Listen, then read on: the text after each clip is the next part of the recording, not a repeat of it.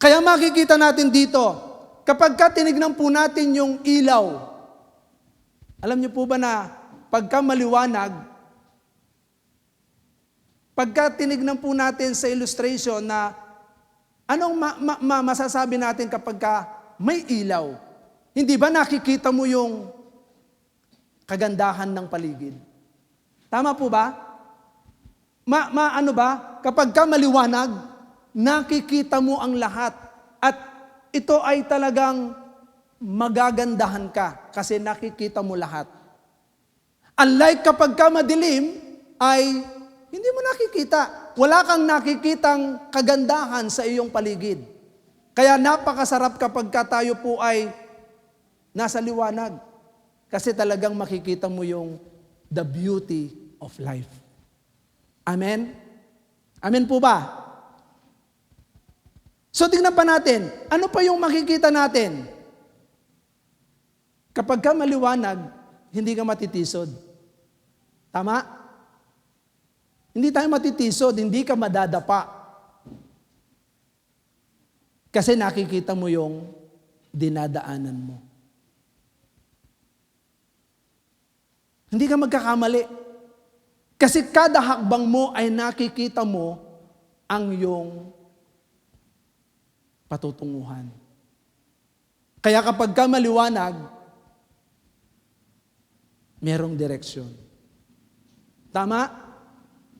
Kapag madilim yung nilalakaran mo, sa tingin mo, makakarating ka ba ng maayos? Makakarating ka ba ng mabilis kapag madilim ang iyong dinaraanan? Parang katulad lamang ito ng isang Kristiyano na Kristiyano to. Pero punong-puno ng takot. Nagbabike siya. Madilim yung kanyang dinadaanan. Meron siyang naririnig na sumusot-sot sa kanya habang siya ay nagbabike. Tinulinan niya yung kanyang bisikleta. Lalong sumitsit. Lalo niyang tinulinan hanggang sa sobrang takot niya, medyo na ano siya, yung sobrang kaba niya, nagkamali siya ng kanyang paghawak ng manubela at to the point na siya ay nalaglag sa isang bangin. Nalaglag siya sa bangin. At nung siya ay nalaglag sa bangin, biglang napahawak siya sa isang sanga na talagang buti na lang nakahawak siya doon sa sanga. Kung hindi, malalaglag talaga siya doon sa bangin. Pero habang siya ay nandoon, talagang dahil wala siyang nakikita, hawak niya yung sanga na talagang hindi niya binitawan. Subalit, dahil nga wala siyang nakikita, hindi niya nakikita yung kanyang paligid, patuloy pa rin niyang hinawakan yung sanga. Pero dahil nga, nangungusap ang Diyos sa kanya, sabi niya, bitawan mo na anak. Pero dahil wala siyang nakikita, natatakot siya. Takot na takot siya. Baka mamaya kapag binitawan niya, baka mapisak siya. Magkalasog-lasog yung kanyang buto, yung kanyang katawan. Nananalangin siya sa Diyos, Panginoon, nangangawit na ako, hindi ko na po kaya. Sabi ng Diyos sa kanya, bitawan mo na anak. Matigas ang ulo niya. Hindi pa rin niya binitawan. Hanggang sa ito ay magliwanag na. Magliwanag na. Pero ngalay na siya, sabi niya, Panginoon, bibitawan ko na po. Sabi ng Diyos, bitawan mo na anak. Inabot siya ng liwanag at talagang nagliwanag na. At nung ito ay makita niya, ganito lang kataas yung kanyang babagsakan. Isang ruler lang ang babagsakan niya. Tingnan nyo ang nagagawa kapag ka ikaw ay walang nakikita. Madilim. May takot. Hindi mo tiyak ang iyong patutunguhan. Pero kapag may liwanag, nung nagliwanag na, nakita niya na yung kanyang babagsakan ay 1 pulgada lang. Ngayon, katulad ng sinasabi ng ating Panginoon sa babaeng ito, sin no more. Huwag ka nang magkasala. Ako ang ilaw na nagbibigay buhay. Ang sino mang lumalakad, sumusunod sa akin, kailanman ay hindi na lalakad sa kadiliman. Mga kapatid, tanungin ko kayo, lumalakad pa ba tayo sa kadiliman? Hello? Tanungin niyo yung katabi niyo, lumalakad ka pa ba sa dilim? Siyempre naman, pag umuwi ka, di ba? Dadaan ka doon sa madilim na kalye. Di ba? Meron bang madilim na kalye sa lugar niyo? Yes.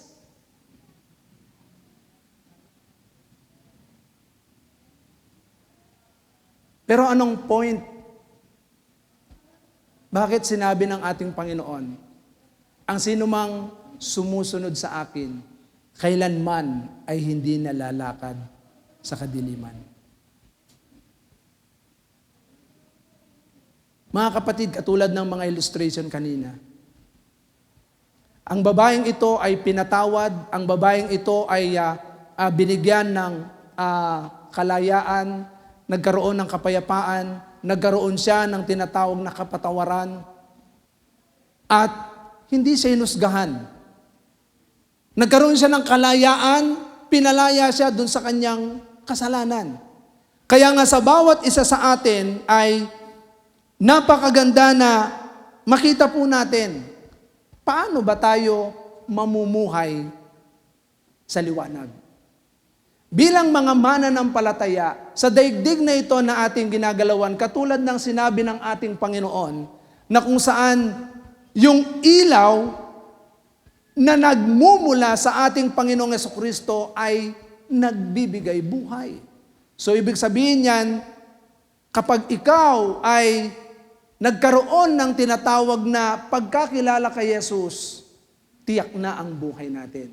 Ngayon, anong klaseng buhay meron tayo dapat dito sa lupa? Tingnan po natin yung sinasabi ni John sa 1 John. Gusto kong i-connect natin kung ano ang klaseng namumuhay sa liwanag o sa ilaw. Sa 1 John 1 and 1 John 2 ay titignan natin kung ano yung sinasabi ni Apostle 1 pagdating po doon sa pamumuhay sa liwanag. Paano ba tayo mamuhay bilang mga mananampalataya kay Kristo? Amen? Tignan po natin yung sinasabi ni Apostle 1 sa 1 John chapter 1. Na sinasabi ni Apostle 1 ay ito yung kanilang nakita, ito yung kanilang narinig, ito yung kanilang naranasan mula sa ating Panginoong Jesucristo. Kaya nga sinasabi niya na kung saan, sabi niya rito, sa verse 1 and 2, what existed from the beginning, what we have heard, what we have seen with our eyes, what we observe and touch with our own hands, this is the word of life. Ito ang salita ng buhay. This life was revealed to us, and we have seen it and testify about it. We declare to you this eternal life that was with the Father and was revealed to us. Verse 3, sabi niya, what we have seen and heard, we declare to you so that you too can have fellowship with us. Now this fellowship of ours is with the Father and with His Son, Jesus the Messiah. We are writing these things so that our joy may be full. Tingnan po ninyo, una, alam niyo po ba na tayo na nabubuhay sa liwanag, living in the light, is having fellowship with our God. Meron tayong fellowship. Katulad po ng sinasabi rito sa verse 3, what we have seen and heard, we declare to you so that you too can have fellowship with us. Kung ano yung naranasan nila sa ugnayan nila sa ating Panginoon, ay ganun din ang maging ugnayan natin sa Diyos. And take note, yung nabumuhay sa liwanag ay meron din tinatawag na fellowship to one another. Amen? Paano po ba tayo makipag-fellowship sa mga kapatiran? Tingnan po ninyo, sa verse 6 ng 1 John, sa verse 6, tingnan ninyo, basahin po natin. If we claim that we have fellowship with Him, but keep living in darkness, we are lying and not practicing the truth. Verse 7, but if we keep living in the light, as He Himself is in the light, we have fellowship with one another, and the blood of Jesus, His Son cleanses us from all sin. Tingnan po ninyo. Sinasabi natin na tayo ay nakakilala na sa ating Panginoon. Paano kaya tayo nakikipag-fellowship sa ating Diyos? Kung yung pakikipag-fellowship natin sa mga kapwa mananampalataya ay hindi develop. Sabi ni John, keep practicing it. Hello? Kamusta po yung fellowship natin?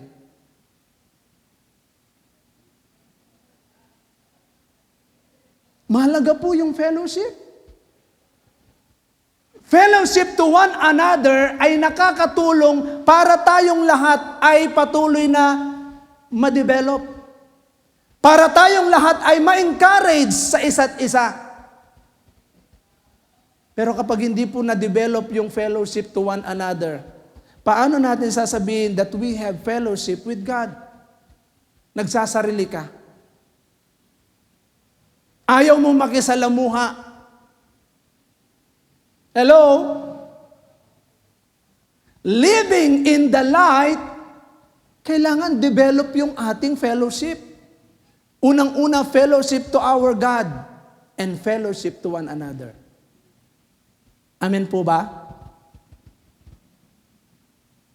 Alam niyo, natutuwa ako kanina kasi meron akong kaibigan na pastor na nakita, matagal kami hindi nagkita. Tuwan-tuwa ako nung makita ko siya.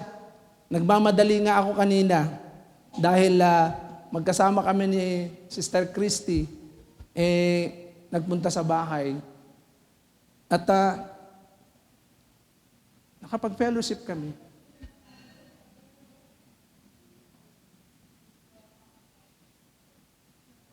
Malaki ang nagagawa kapag meron tinatawag na fellowship. Amen? We encourage one another. Kaya yung sinasabi rito, gusto mong lumakad sa liwanag, pero hindi ka naman nakikipag-fellowship. Sabi ni Apostle John, kiniklaim na merong fellowship sa Diyos, pero sa kapwa ay hindi ka naman marunong makipag-fellowship.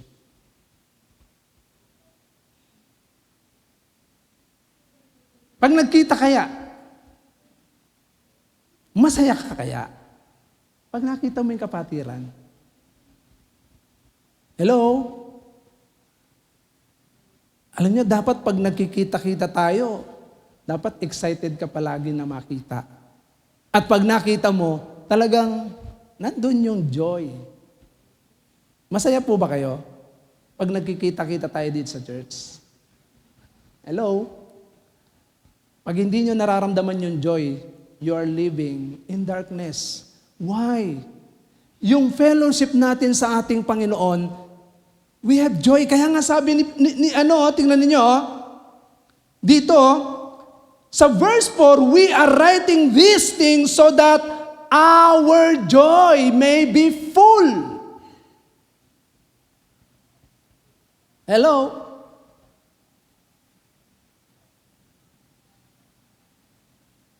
Dapat nararamdaman po natin yung joy kapag nagkikita-kita po tayo. Pag hindi nyo nararamdaman yung joy, you are not in the light. Bakit? Kasi ito po yung sinasabi ng Scripture. We have fellowship with our God, with our Father. Meron tayong fellowship kay Jesus. But take note, sa mga kapatid natin sa pananampalataya, dapat nararamdaman po natin yung presensya ng Diyos. Every time na meron tayong fellowship, hindi po tayo nababagot.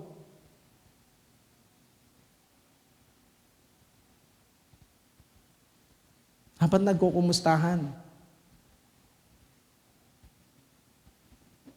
Pag Sunday, after the service, lahat, nagmamadali lahat. Pag Thursday, lahat nagmamadali lahat. Magugulat ka, isang pikit mo lang, wala na kagad. Asan po yung fellowship?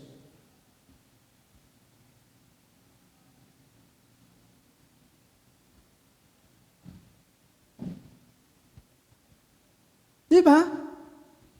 Nakuha niyo po yung point ni there is joy.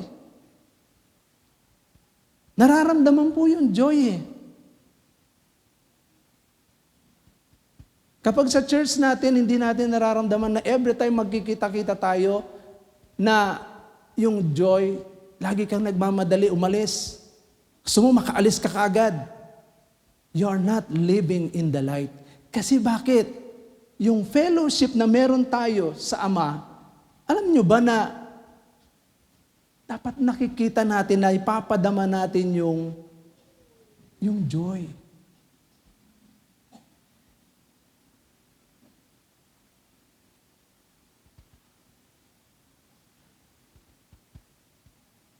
Kaya makikita niyo po yung yung totoong lumalakad sa liwanag. Keep practicing. Sabi niya nga sa verse 6, if we claim that we have fellowship with Him but keep living in darkness, we are lying and not practicing the truth. But if we keep living in the light as He Himself is in the light, we have fellowship with one another, and the blood of Jesus, His Son, cleanses us from all sin. Lahat po tayo ay napatawad na sa ating mga kasalanan. Maliwanag ang Biblia. Kapag tayo ay lumalakad sa liwanag, living in the light, tandaan po natin, marunong din po tayong magpatawad.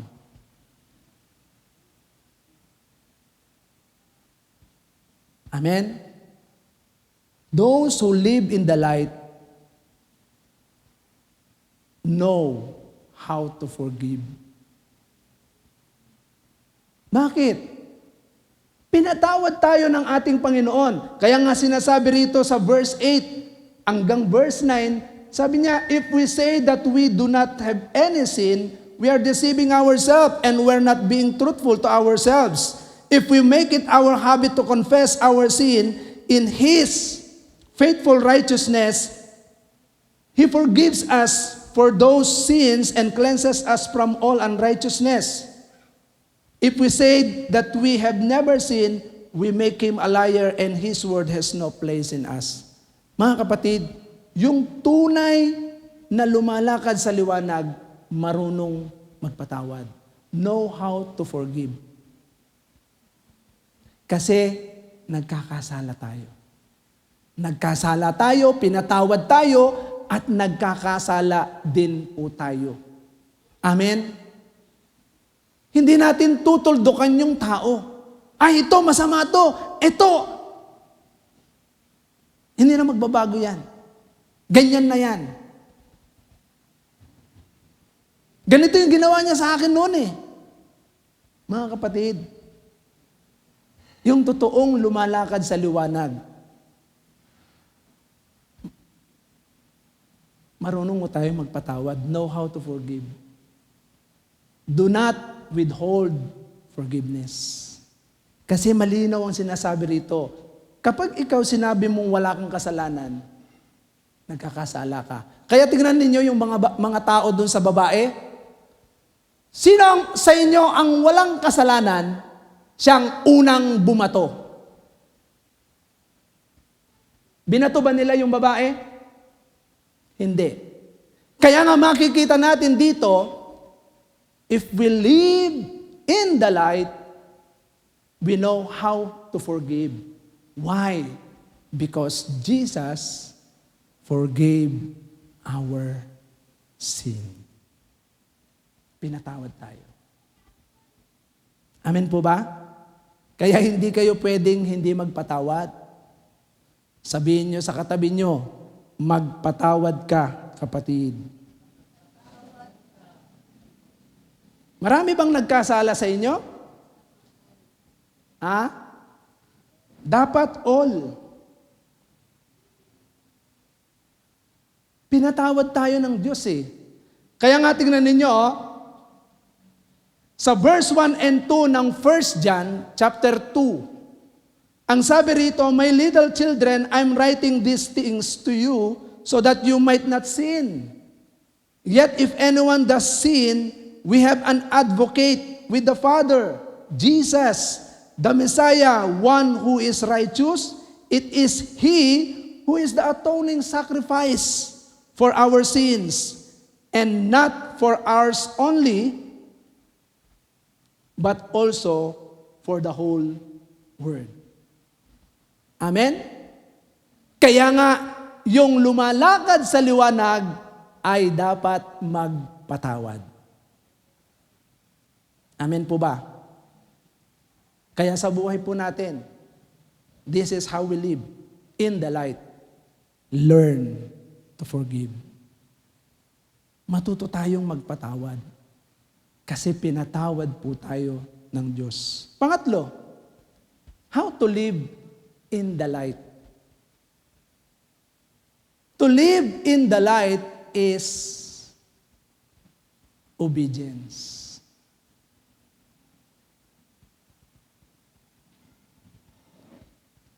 Patuloy po tayong sumunod sa Diyos. Amen? Kapag tayo po ay lumalakad sa liwanag, ibig sabihin yan, tayo ay sumusunod sa Diyos. Tingnan niyo yung sinabi ng Panginoon doon sa babae. Sabi niya, sige, meron bang bumato sa'yo?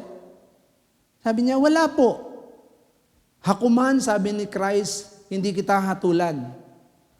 Humayo ka at huwag nang magkasalang muli. Mga kapatid, kung tayo ay tunay na pinatawad na ng ating Panginoon, at ito ang sinasabi ng salita ng Diyos, ang mga tunay na anak ng Diyos ay hindi nagpapatuloy sa pagkakasala. At sinabi ng Panginoon sa babaeng ito, sin no more. Ibig sabihin, kung sinabi ng Panginoon yon sa babaeng yon, the same with us. Sin no more. Sumunod tayo. Amen po ba? Huwag na tayong magpatuloy sa pagkakasala at sundin natin kung ano yung sinasabi ng Scripture. Pero alam niyo po ba, ilang beses po tayong nagkakasala, nagkakamali. Kaya nga yung kanta ni lagi kong naalala yun eh. How many times have I broken your heart? Still you forgive, if only I ask. How many times have you heard me pray? Mga kapatid, maraming beses paulit-ulit tayong nagkakamali, but God forgive us. Pero ito po yung hindi tayo dapat magpatuloy sa pagkakasala. Kaya nga, ang sabi rito,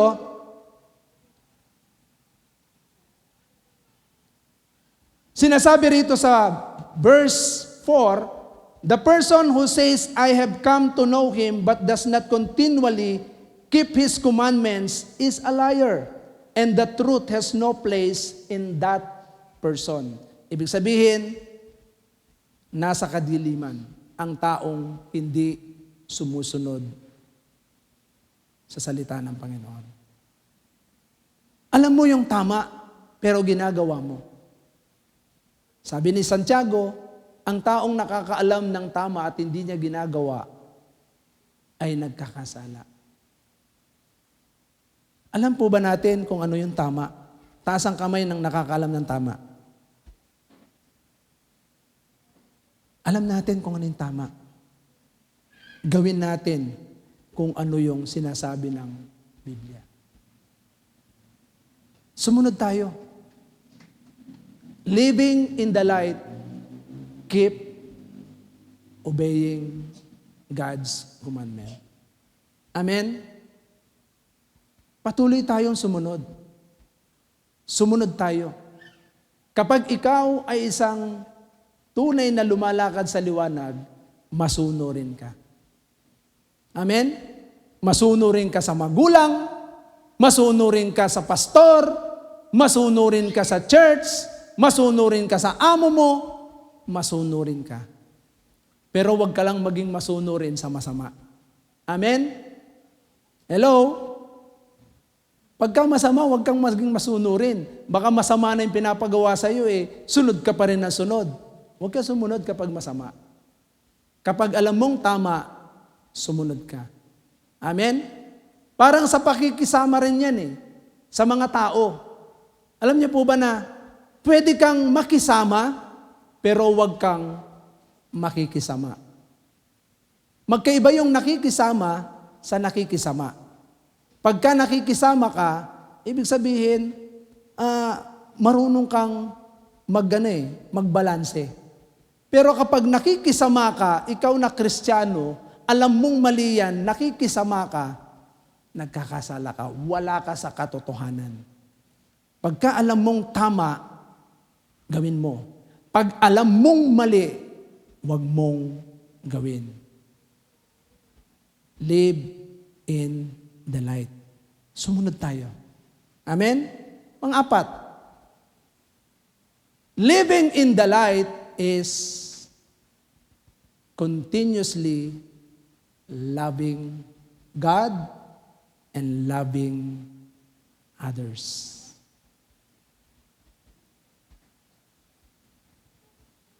Pag tayo po ay namumuhay sa liwanag, punong-puno tayo ng pag-ibig. Why? Sabi ng verse 5, but whoever continually keep His commandment, the kind of person in whom God's love has truly been perfected. This is how we can be sure that we are in union with God.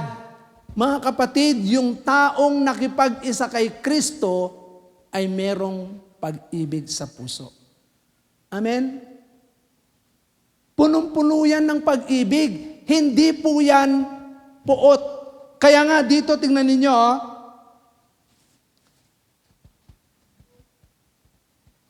asan na yon?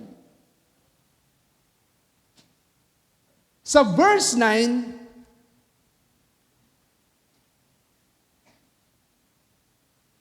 tingnan niyo yung verse 9. Dahil nga tayo ay nakipag-isa na kay Christ, we are living in the light full of love. Amen? God is love. The fruit of the Spirit is love. So, ibig sabihin, hindi nagahari sa puso natin yung puot.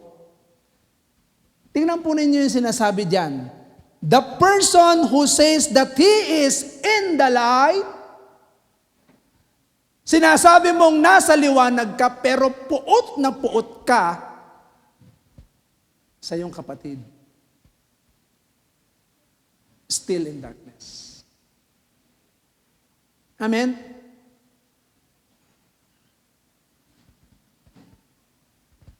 Dapat love. Sabihin niyo sa katabi niyo, I love you. Di ba?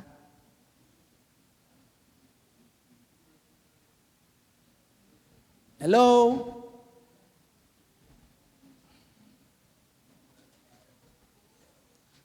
Tingnan niyo sa verse 10, no? Sa verse 10, the person who loves his brother abides in the light, and there is no reason for him to stumble. Mga kapatid, yung taong punong-puno ng pag-ibig sa puso, hindi yan natitisod. Bakit? Walang masamang tinapay sa isang taong mapagmahal. Amen? Hello? Walang masamang tinapay sa isang taong punong-puno ng pag-ibig sa puso. Kasi, anong sabi ng ano? Anong sabi ng pag-ibig sa 1 Corinthians? Love never fail. Amen? Love never fail. Ang pag-ibig, kapag ang puso mo ay punong-puno ng pag-ibig, puspos ka ng Espiritu Santo, nananahan sa iyo ang Diyos, kahit ilang beses kang saktan ng marami, love never fail.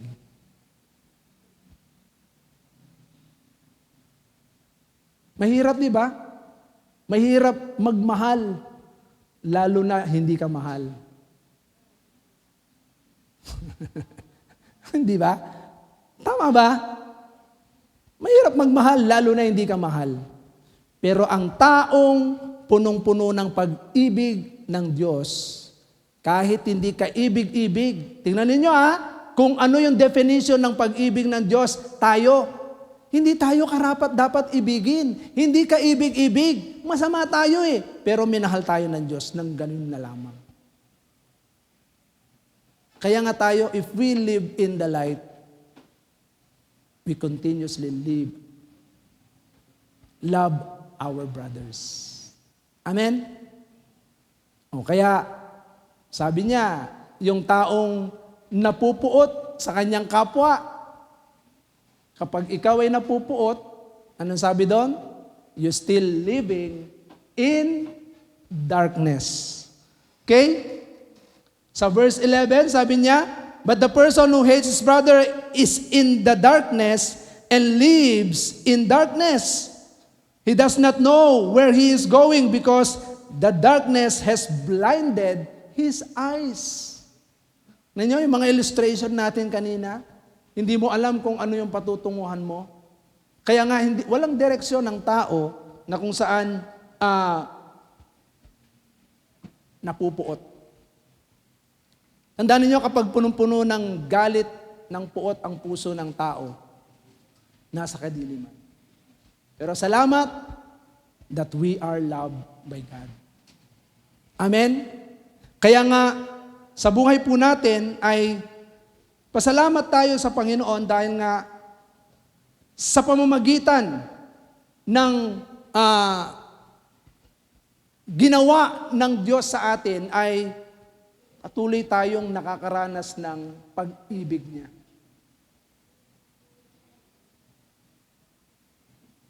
Marami mang nakasakit sa atin, pero tandaan niyo palagi, babalik at babalik tayo. I am in the light. So kapag nasa liwanag ka, magmamahal ka. Amen? Sabihin mo sa sarili mo, I love you. Diba? Laging maging bukag bibig natin ay I love you. Okay. Living in the light is living spiritually. Living in the light is living spiritually. Sa verse 15,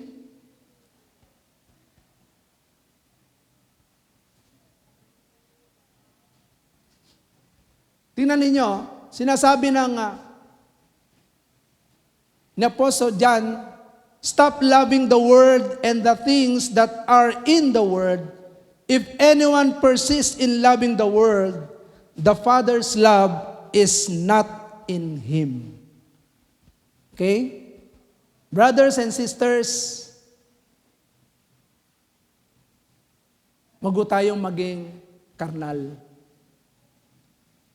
Wag tayong maging makasanlibutan. Bagkus maging spiritual po tayo. Kasi ito po yung nais ng Panginoon. Kaya nga, tayo po ay niliwanagan na ng ating Panginoon. Ibig sabihin yan, alam na natin kung ano yung kalooban ng Diyos. Amen po ba? So tingnan ninyo, dito sa verse 14, sinasabi ni John, sabi niya, I have written to you, little children, because you have known the Father.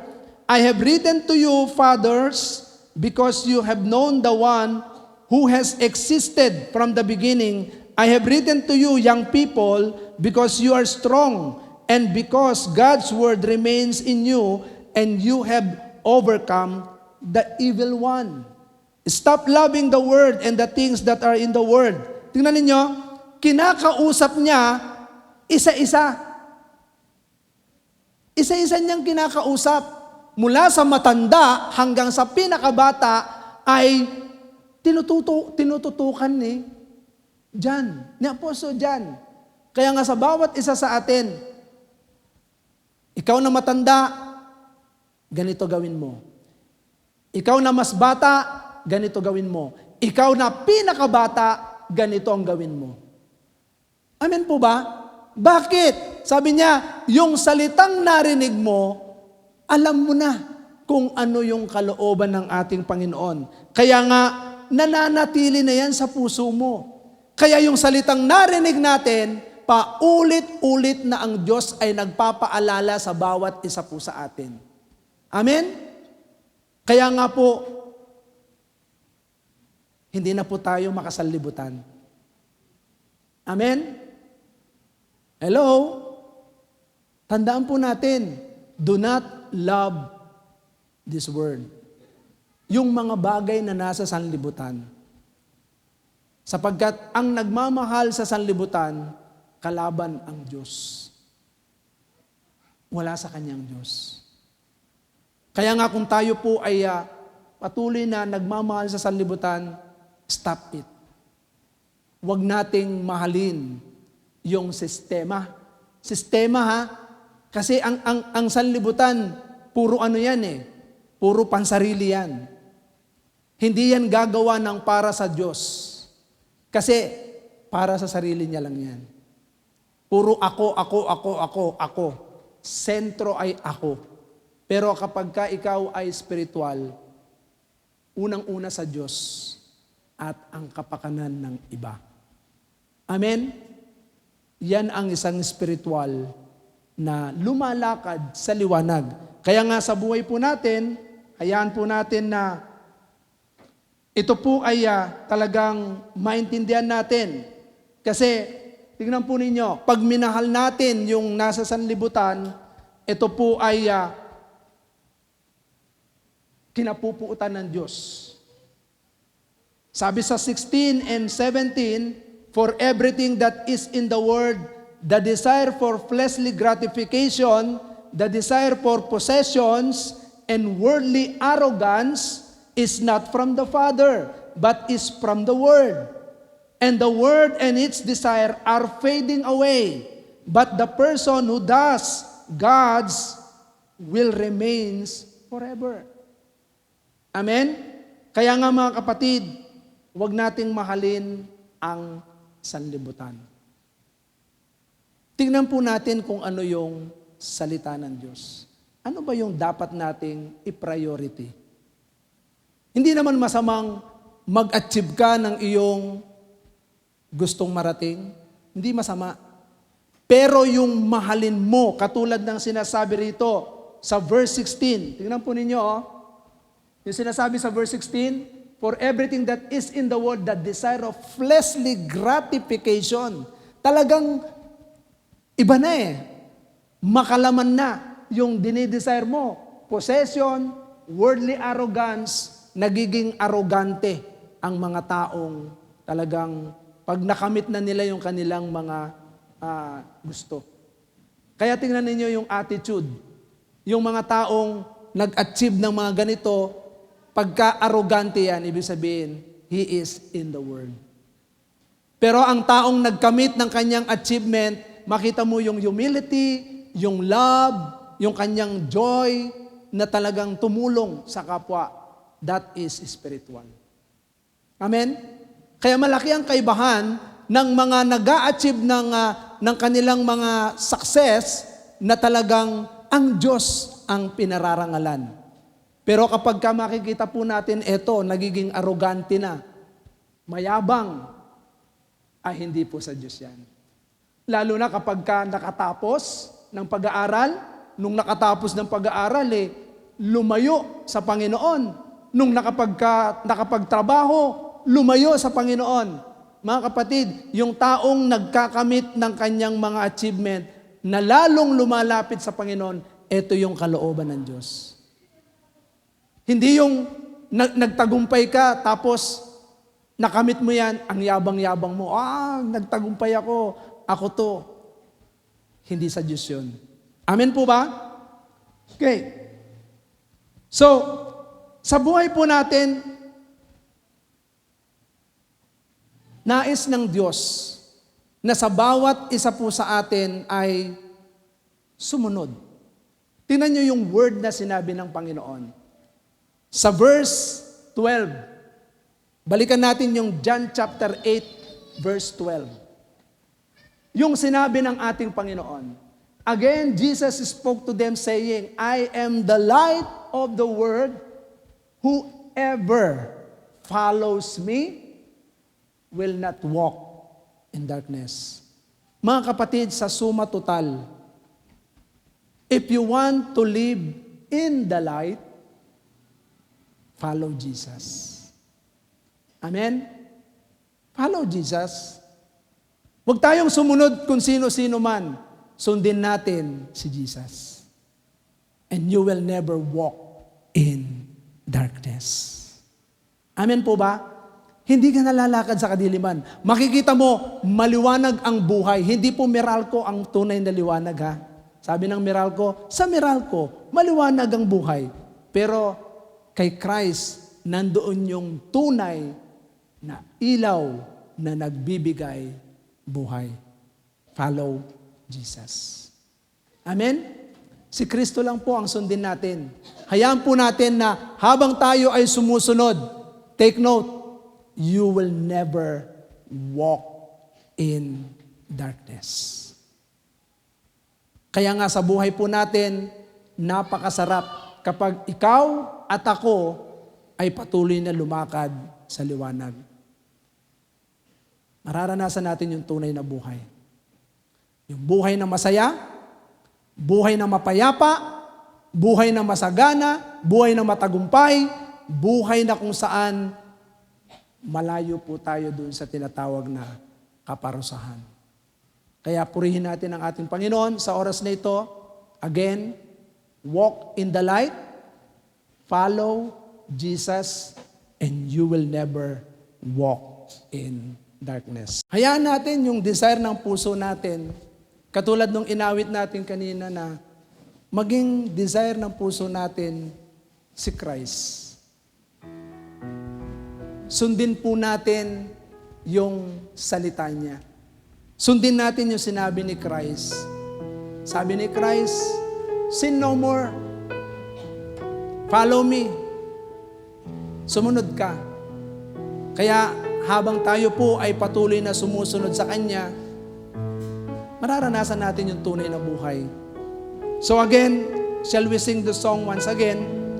Hayaan natin, patuloy nating i-desire sa puso natin na siya ay patuloy na maranasan natin. Ikaw lamang ang nais ng puso namin.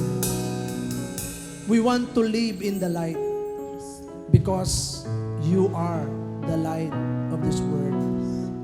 And in you, there is life. Kaya salamat po. Patuloy na sa puso ng iyong mga anak. Hayaan mong nasain namin ang sumunod sa iyo. Sapagkat habang kami ay patuloy na sumusunod sa iyo, kailanman ay hindi na kami lalakad sa kadiliman. Kaya pagpalain mo ang iyong mga anak sa gabing ito, ikaw po ang patuloy na kumilos, ikaw po ang patuloy na magpala, ikaw ang patuloy na magbigay ng kapayapaan, ng kasaganaan, at maging, O Diyos, ang manifestasyon ng iyong mga salita. At laging maranasan ang tunay na pag-ibig na nagmumula sa iyo. Salamat, O Diyos. Hayaan mo, Panginoon, kung merong mga nagkamali, hayaan mong matutunan na magpatawad. At hayaan mo rin, O Diyos, na every time na magkikita kami, Panginoon, we will have the joy in our fellowship to one another. Panginoon, salamat. Hayaan niyo po, O Diyos, na magpatuloy ang bawat isa na sumusunod sa iyong mga salita. Magpatuloy na magmahal. Magpatuloy na magpatawad. Magpatuloy, O Diyos, na namumuhay spiritual. Salamat po ng marami. Sa gabing ito, pinagpala mo na ang iyong mga anak. At hayaan mo po, O Diyos, anuman ang nasa ng kanilang puso, palitan mo ng nasa mo, Panginoon. Ang nais mo, ang siyang masunod, hindi ang nais po namin. Kaya salamat, dakilain ka, luwalatiin ka, at parangalan ka, at mapaglingkuran ka